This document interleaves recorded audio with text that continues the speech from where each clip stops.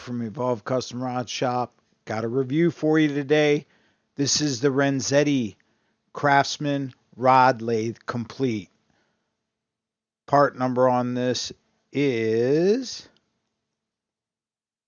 CL3004. Now, as you can see here, comes standard with 3 rod supports, 8 spool thread carriage. The thread carriage now runs underneath, unlike the older ones which ran on top. So the worm gear is backwards. So you turn left to go right and right to go left. Not a big deal. I bought this optional tray. This tray is nothing special, but it works. And it holds the stuff I need to hold. You can see I got the 3 rod supports on here. They also make some additional stuff that you can get for these.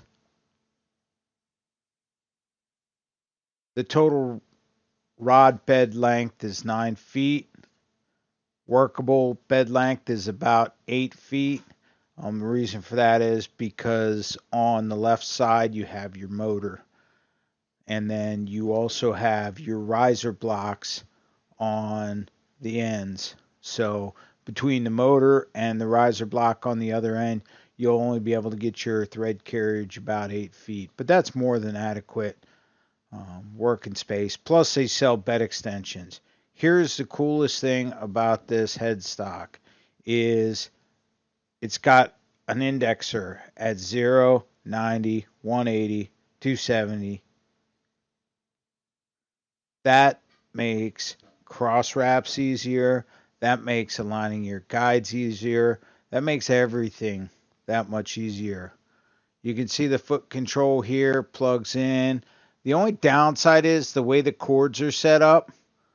You have to use extension cords. At least that's how I found it to work.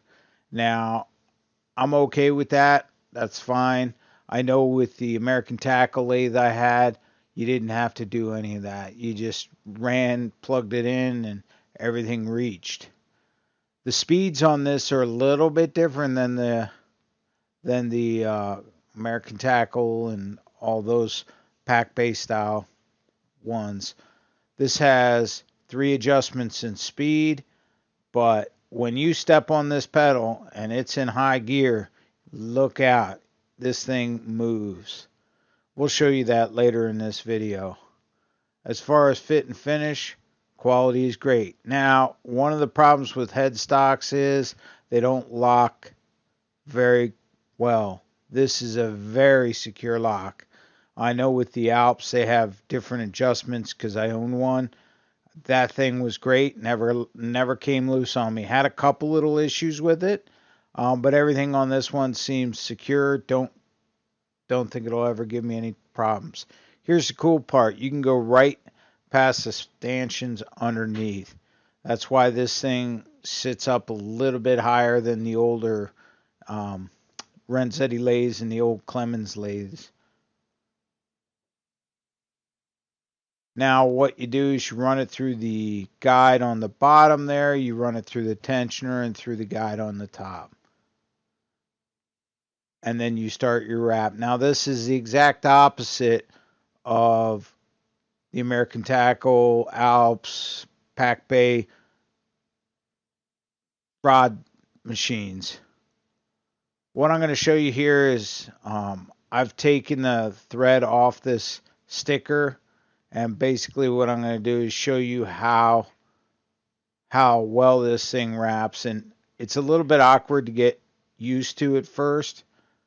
But once you use it, you'll learn to love it. I've done about a dozen rod repairs and one complete rod on this. And the first time I wrapped a guide, I said, oh, this is money.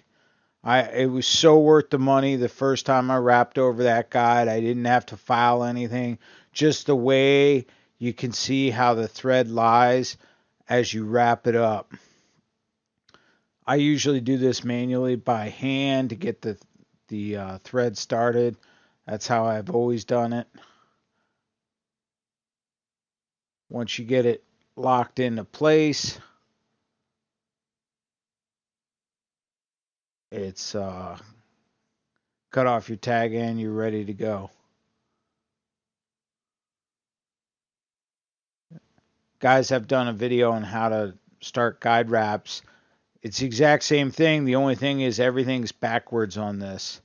So what you're used to, you just have to relearn. Realistically, it only took me about 3 or 4 guide wraps before I had no problem with it.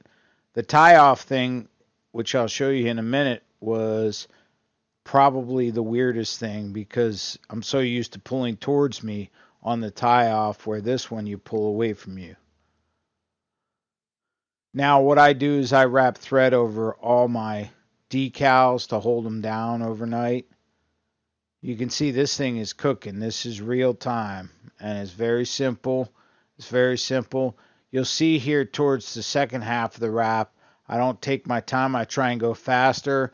And this is just me not being used to the lathe. You'll see some gaps in there and stuff like that. But this is easily fixed. You just slow down a little bit.